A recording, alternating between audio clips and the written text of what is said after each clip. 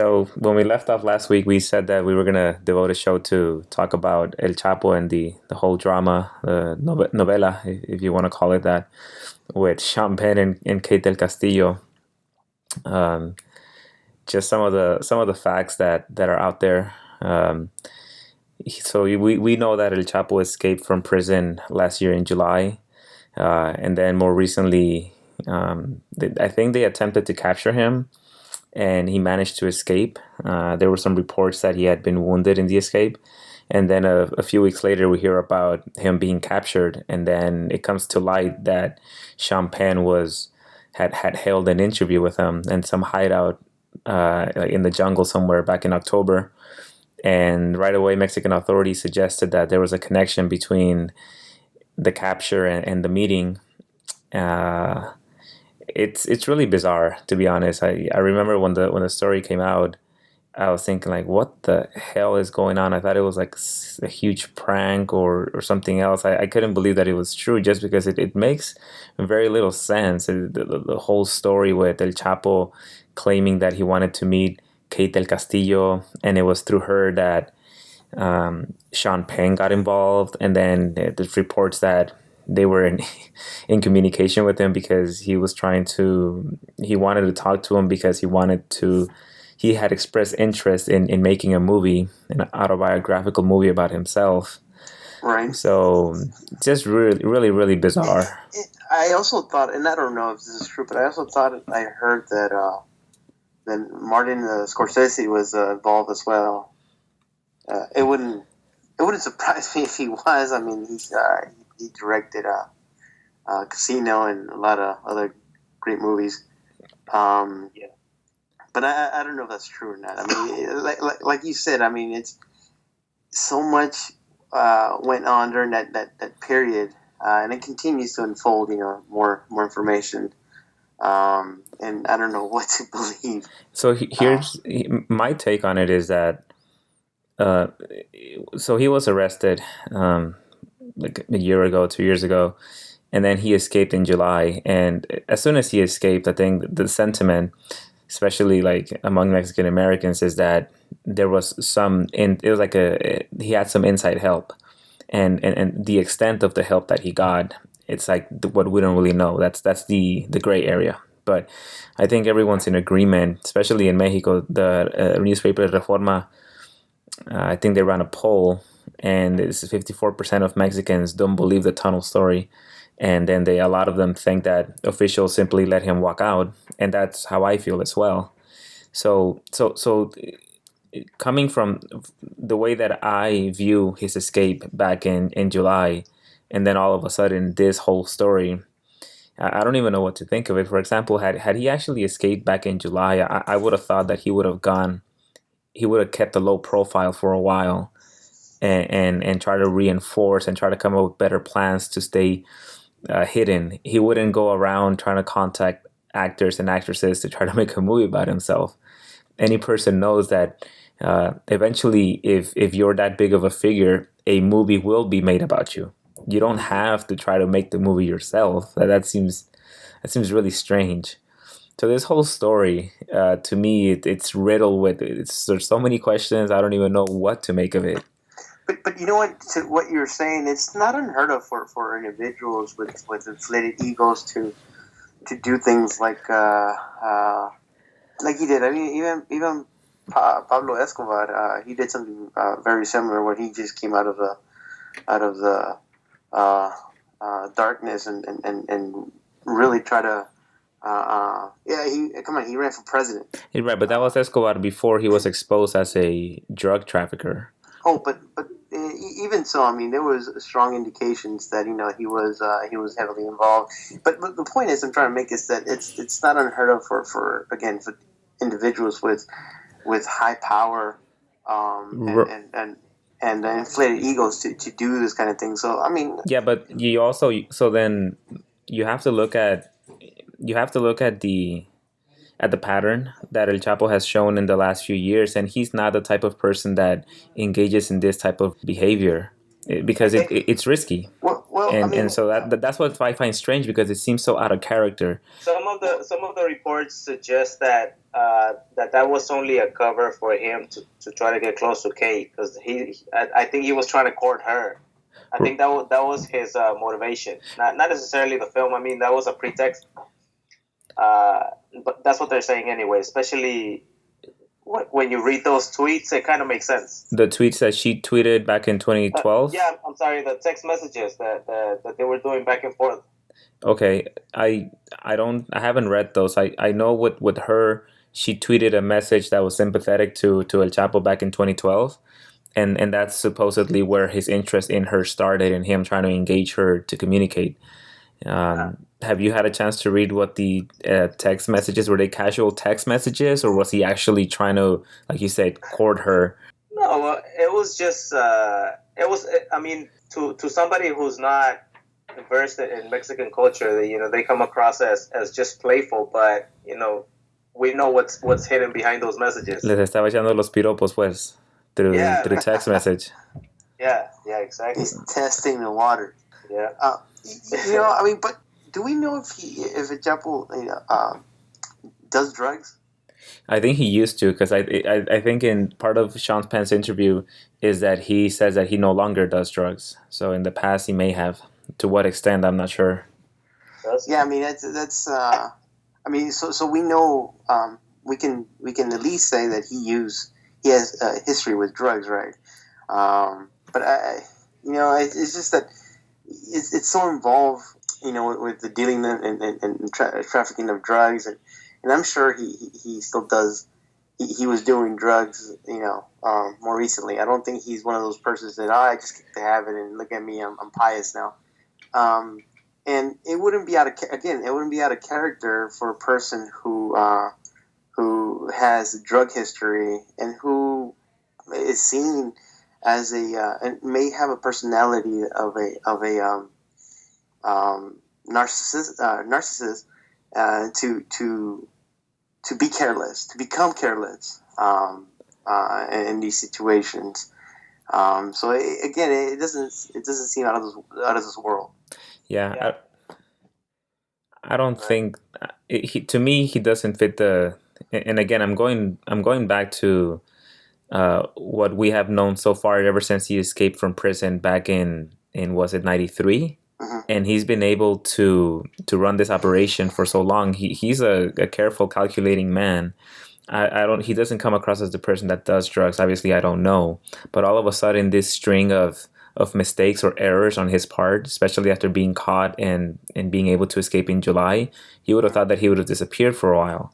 So what are we missing here? It seems like I'm missing something, and I can't really make sense of it. Granted, when the story came out, I wasn't really that interested in it, because to me it just smelled of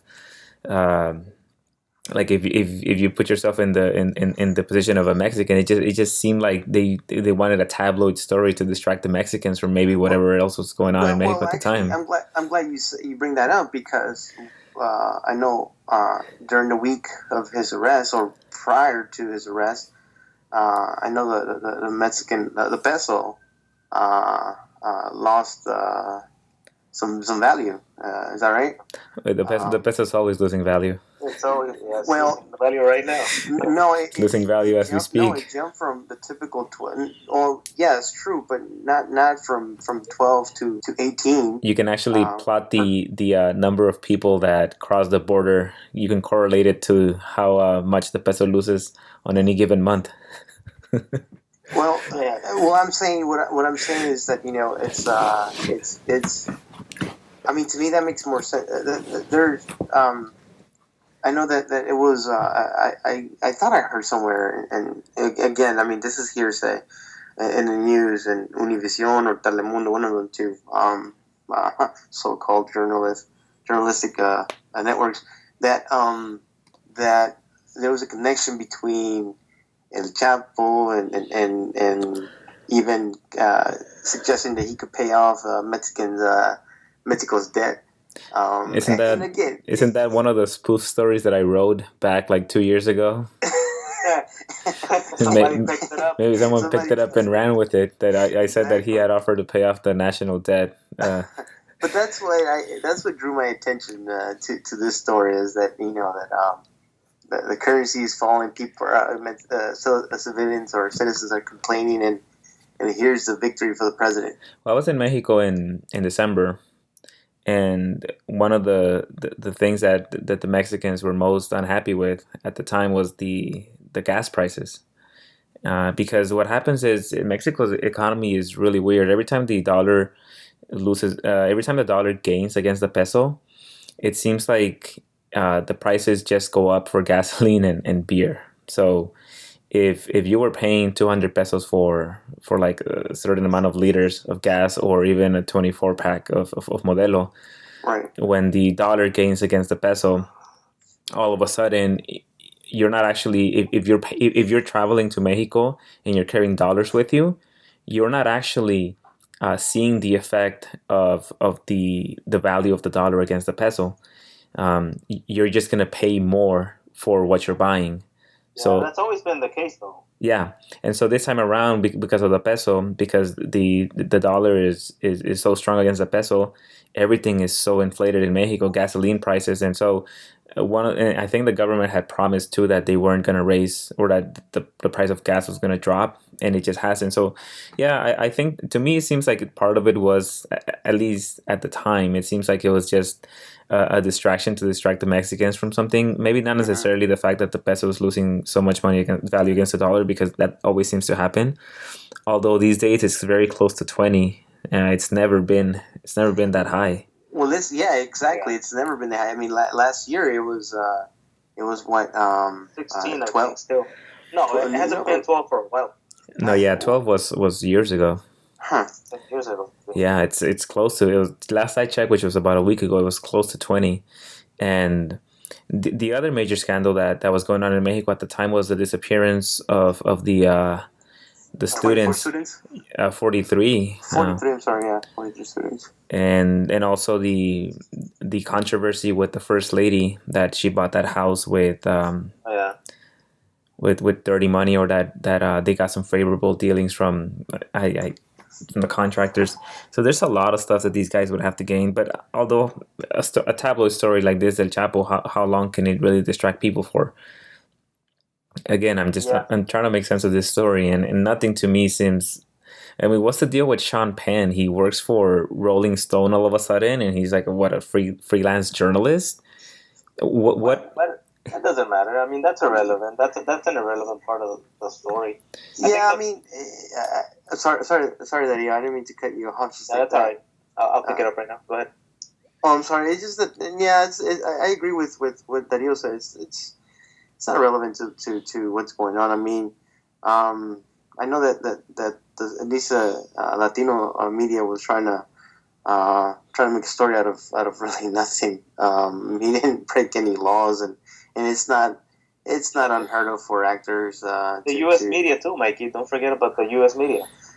Actually, I really didn't see anything in at least the stations that I've seen. Been busy with other stupid stories like Trump. In Mexico, there was a hashtag that was going around in Twitter called no sean pendejos, or no sean pendejo. No sean. Yeah, well, no sean for Sean. No sean. Uh-huh. No sean pendejos. What was the point? Like, what were they trying to get at? I think they were just mocking Sean Penn, trying to call him out for like what the hell are you doing? You're not even a journalist. Yeah, but what does that matter? I think that we have a problem here in this country with the media, and also in Mexico they have the same problem where we try to keep people ignorant on purpose. Because like even right here, I got tired of hearing about it, about the escape and the capture, the recapture. Because they never do like they never fold in with the Chapo the actual problem of what is creating this guy. The demand for drugs and all the guns that are going south. They always just latch on to one person, the scapegoat, and they never point the finger back at themselves. I'm talking about the media, because I mean everybody consumes drugs in this country. I'm pretty sure people in power, they're responsible for all this shit. I mean, they're responsible for all the deaths in Mexico. Uh, they got blood on their hands, and it just seems so self-serving to whenever something comes up like this, to just try to make it about something, so that they can use it as a scapegoat, like I said earlier. Yeah, It's pretty annoying. I wouldn't go as far as to blame the Americans for what's going on in Mexico, but they certainly facilitated through their actions, their foreign policy, and also, like foreign policy like NAFTA in '94 that ended up hurting a lot of the lower class in Mexico and even the middle class, and then also through the gun trade.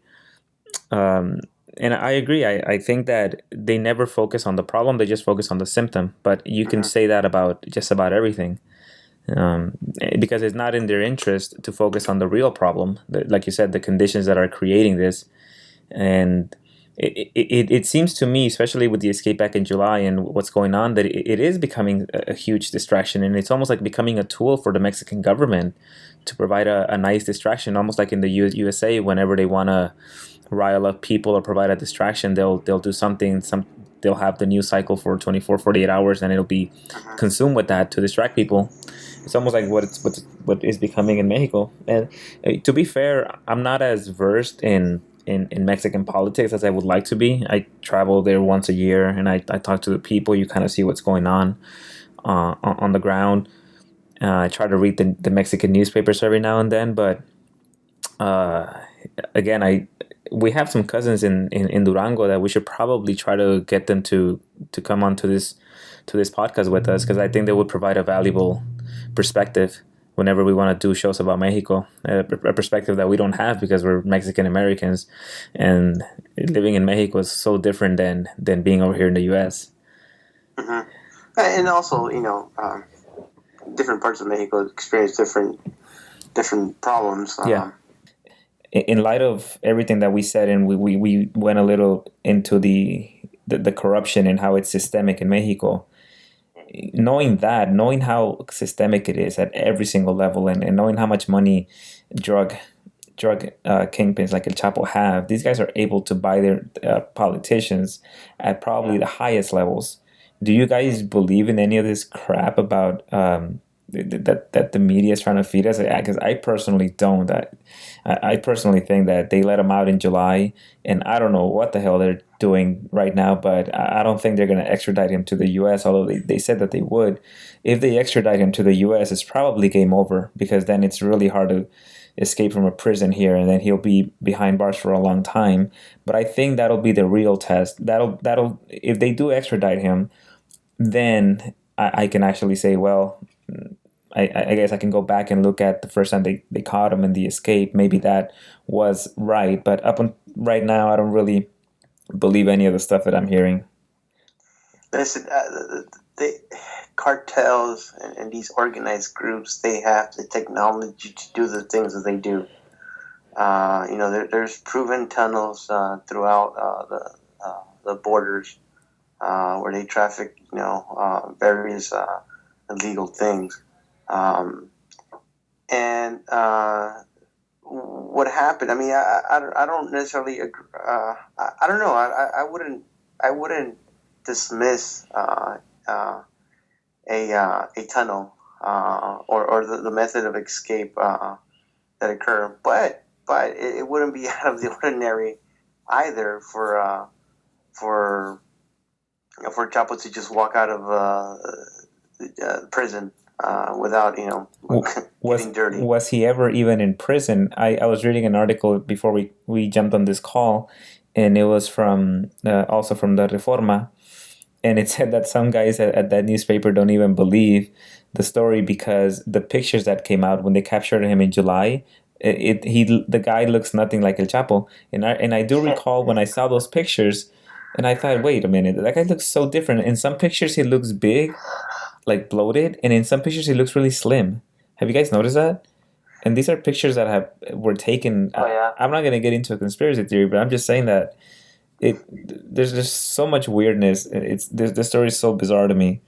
Yeah. Mhm. Well, let me make the point that you guys, both of you, are buying into the whole what I said earlier about the perception from over here from the U.S. and what you get from the media of uh, at least putting on a front or putting on a facade of uh, law and order and consequences. And the perfect point is that we keep latching on. Even I fall victim to it. We keep latching on to this idea of the whole charade of trying to extradite El Chapo, bringing him to the U.S. courts. I think there's a lot of states already there, district attorneys from a lot of states that are trying to get him. First, because they have a lot of charges on him, but nobody mentions the fact that and even in the I think in the following week after they captured him, nobody mentioned it until like 10 days later. I started seeing articles making this point that I had since the beginning. Nothing is going to change. I mean, they're going to put this whatever they do to this guy. If they do bring him into the U.S., they extradite him, they throw the book at him. Nothing is going to change. Somebody's just going to step in and fill in his shoes because he's not. He's only a byproduct of an existing system, of an existing dynamic. I mean, he could almost be nobody. He could be nameless. Uh, it's irrelevant I'll who tell he you. is I'll tell because you what. he's filling. Yeah, he's just filling a position. I'll tell you what will change. What? The corridos. Yeah, they're gonna be about somebody else now. Yeah. Man. And maybe if the next kingpin is from a different state, we'll get a different flavor of corridos, not just the corridos that you've been getting from Culiacan and the state of Sinaloa all these years. Maybe some That's a corridos good from point. maybe some In that corridos case, from Guerrero. It'll in be that case, you piqued my interest now. I wanted to put him away, and then maybe we can get a kingpin from Yucatan, and then we'll see what that corrido sound like. from Mike's home state. They're gonna Yeah. have marimba. Marimba. That's Veracruz. Oh yeah, that's gonna be. No. All joking aside, though, seriously, I think that Rio does bring up the most important point is that all in all, is it going to change? And I think the answer is no. I mean, it's going to continue.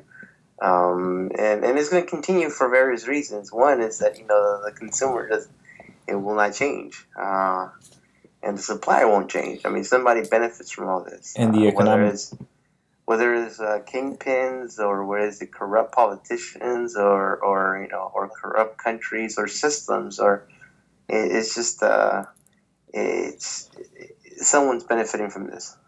the economic conditions in Mexico won't improve either anytime soon. So It might get worse. I mean, if somebody's going to be jockeying to take his place, we might see Another word? we might see some musical chairs going on. it's interesting though because Mexico is developing at a rapid pace, and I'm granted I'll agree that I may have a distorted picture of it because when I fly into Durango and I've flown into Culiacan, which are states that may be benefiting a lot from the drug money because a lot of it may be being used to launder, and so you see the progress, but a lot of it may be businesses that are laundering the money. But at least from what I've seen in those states in the last few years, there is like this middle class that's beginning to show up in Mexico, and things are improving slightly. But again, that's not because the people that are in power are in the interest of changing the culture anytime soon. Because they know that it's same thing with the United States. If the people, the more educated they become in Mexico, the easier it is for them to get engaged and to vote these guys out of power. So they don't want to give the population the power to control their own destiny by choosing their own elections. I mean, to this day, we know that the elections in Mexico are even more filled with corruption than the ones here. I think we should leave it at that. We didn't really answer any questions, but at least we got a chance to talk about these things. And Yeah. And sometimes the point it doesn't have to be to answer any questions. Maybe just to talk about some of the things that you know that we think and compare. You know where we come from and where we live. I agree. It's el weekly chisme. The weekly cheese man. Yeah, there you go, guys. Yeah. That's We're no better than Telemundo. I think we have better analysis. Well, they don't have an analysis. well, they do have an analysis, but it's someone else's. It's whatever someone told them to say.